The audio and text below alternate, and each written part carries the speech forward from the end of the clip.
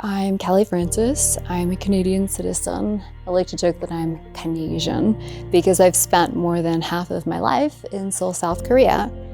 Hi everyone, I'm Kelly Francis. Thank you for joining us. We're going to learn 2 full sentences in just 10 minutes. Today, we're going to learn how to move it like a K-pop sensation. I'm an actress. I do voice acting, on-camera acting. I have a lot of experience doing ESL content type shows, but I began in Korea as a teacher.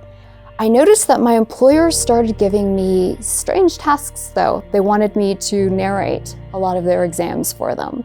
And I thought that was just great. But what I didn't realize is that there was this whole industry just for, talking funny for money, as we like to call it. And that's actually what launched me into entertainment. It was an exciting time. I built a community, a home. I had a serious relationship. It felt like there was a long time during which I felt like I was going to live in Korea forever.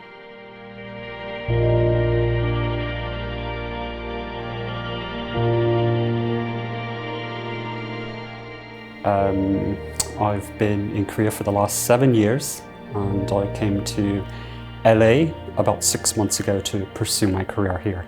I've met so many wonderful Korean actors and built a lot of relationships with them, and it's a great experience being on set there. I've had some fantastic experiences that, I couldn't get necessarily somewhere else. Things really went up in my career, I did a kids show, called Action English on KBS2, a very funny kids show. I was in quite a few dramas. When you're that foreign guy or the foreign woman that's in a drama, you need the doctor, you need the military guy.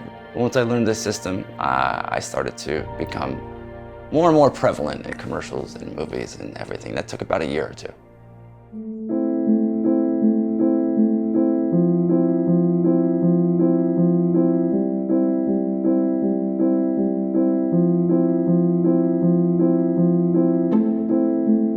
I no longer support the U6 visa at all. It's not possible to have a healthy lifestyle on a U6 visa. But when I left, a lot of growth occurred, and I realized that I had become ill in some ways as a result of that loss of control and that fear.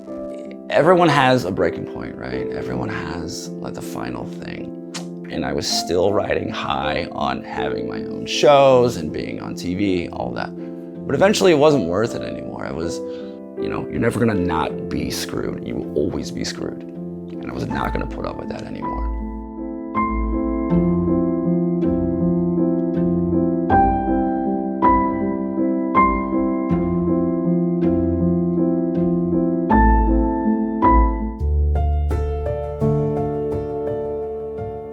One time I got burned a lot by a fire. We had to jump over these fires and these pits, right? And I jumped into the fire on accident and it burned me, all right? Gotta keep going, Ken, Hye-ting! So the health standards was one thing.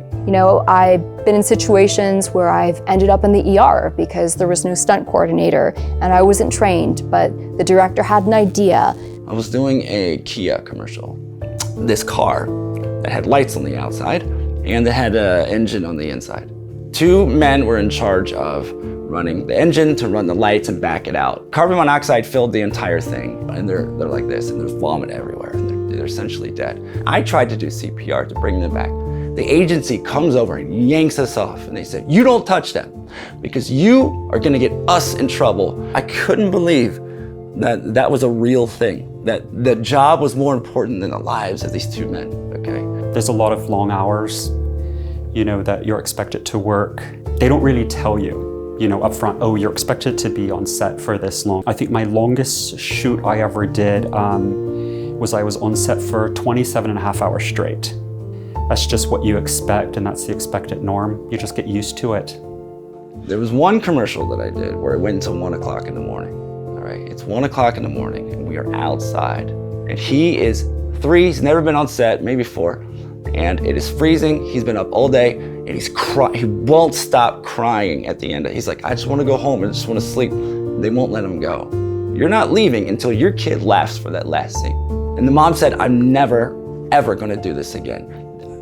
I feel like I tortured my kid." And this happened all the time. Contracts are the definition of normalcy here, and yet I can't remember ever signing a contract. I'm guessing because of commission plays a role in that, or someone signs them for them. We're not entirely sure, and that's every level of job. They can take up to 90% of the original contract value by the time they pay you. And then that's after tax as well. Dramas will pay an agent per episode, but the agent will pay you a day rate. What they don't tell you is that you're going to be shooting 4 or 5 episodes, possibly in one day. They're so paranoid that I'm going to give my contact info to a director, and now he's going to contact me directly. And a lot of times they will use their translators as spies for them. They're like, oh, well, my translator told me last time that these people were saying this. Is that true? I'm like, I don't know.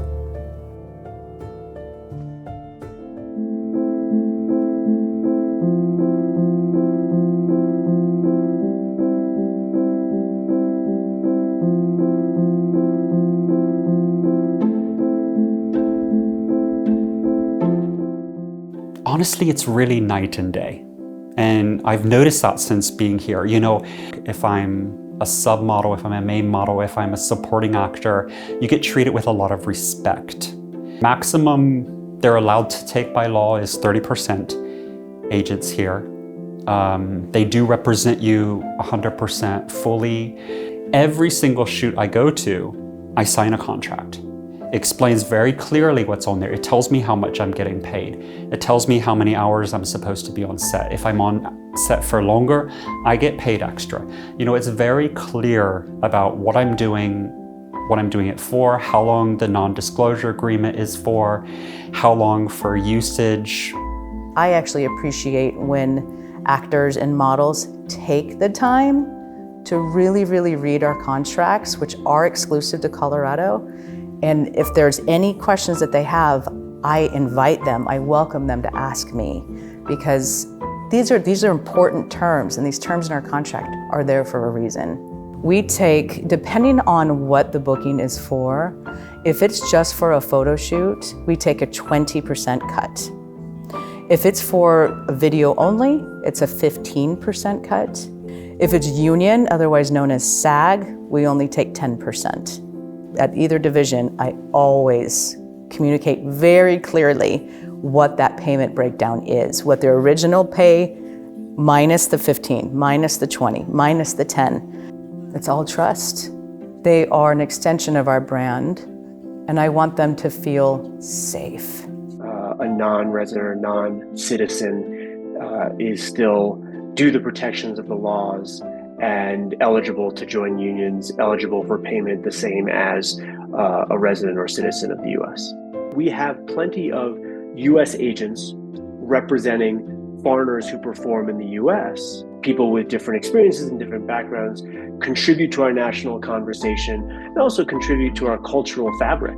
Absolutely. I mean, the union is immensely powerful. A lot of productions will use those union rules as the guide, even if it's not a union production. So they may use union scale. Unions are obviously illegal for expats in Korea, and that's a big problem.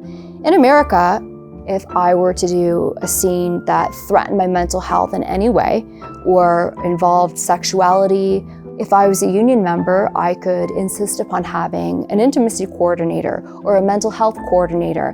And that's something that in my career, I definitely could have benefited from. That's something I never knew existed when I was in Korea. So I meet with the actors and I understand what their boundaries are before we're even close to getting our feet on set to film this particular scene.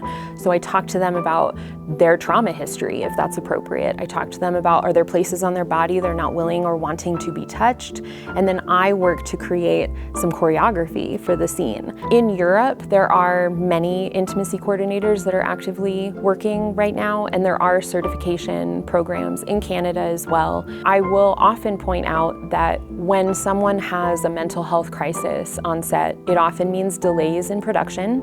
Things have to be rescheduled, sometimes reshot, recoordinated, sometimes recast even. Yes, ultimately the bottom line is affected when there isn't a culture of mental health and safety for the entire production. I think as foreigners, you learn to accept this and not really do anything about it, because agencies will blacklist you if you say, oh, I don't agree with that or I don't like that. They'll just say, okay, well, there's plenty of foreigners, we don't need you anymore, and they'll cut you off. And for someone like me, who had built a home and many years had passed, and essentially a family, the idea of losing all of that, just like that, and it is very easy to lose that, haunted me. Not a single day passed that I didn't feel afraid. And I've talked to a lot of, Korean entertainers, and they also experience similar things with their agencies. So I think it's just something across the board for everybody, but I think it's a lot worse for foreigners. 특별히 외국인 에전시라고 해서 특별한 건 없어요. 저희가 외국인 매니지먼트를 할 때도 기존의 한국인 매니지먼트를 따라하는 경향이 있고, 개선을 해야 된다 그런다면 글쎄요, 한국 그 전체적인 그 시스템 문제라 이 정도가 스탠다드라는 게 이제 점점 일이 많아지고 시장이 점점 커지고 사람이 많아질수록 어느 정도 이제 형성이 될 거라고 보고 있어요. 저 같은 경우는 독일에 있었으니까 독일 같은 경우는 그냥 협회들이 있고요. 그 외국인 예술가도 그냥 협회에 가입해요. 권익과 관련된 것들도 제대로 된 안내도 받을 수 있거든요. 그 순수예술 작가의 경우는 저작권에 대한 관리 위탁도 가능해요. 외국인 예술가라서 특별히 그렇다고 바라보진 않고, 그러니까 예술인 권리부장법이 생긴 이유는 예술가들에 대한 사회 대우가 아직 자리 잡지 못했고, 그 사안에서 많은 인권 침해가 있고 그 노동에 있어서 인정을 받지 못하니까 생긴 거잖아요. 외국인 예술가들도 한국인들이 만든 협회에 자연스럽게 가입하고 단순히 친목을 도모하는 것이 아니라 예술가의 권익 신장을 위해서 다양한 서비스를 제공한다면 향후에는 많은 부분에서 개선이 될 수 있다고 보거든요.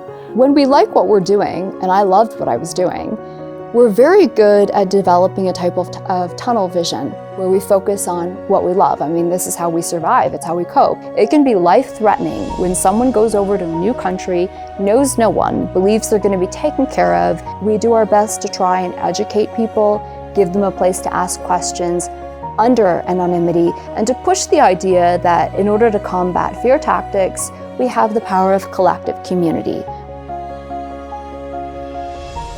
Union, law, one of those two at the very least, and contracts. The number one is the contract. Legality is going to be the biggest key for changing the industry. Actors be happier. You're going to get happier actors that stay longer, learn Korean longer, and become better overall, and it's just going to make the whole industry better. It's going to put forth the proper steps that are necessary to ushering in a better age of actors in Korea, Korean and foreigner. Definitely foreigner, but Koreans as well. I think that regulation is long overdue. I feel that they are obliged to be accountable for the people that are fueling their economy. We have helped make them ESL giants. We have helped make them technological giants. We're the voices for all of their machines. We fill a great need. I want to see accountability. I think that it's extremely desperate at this point.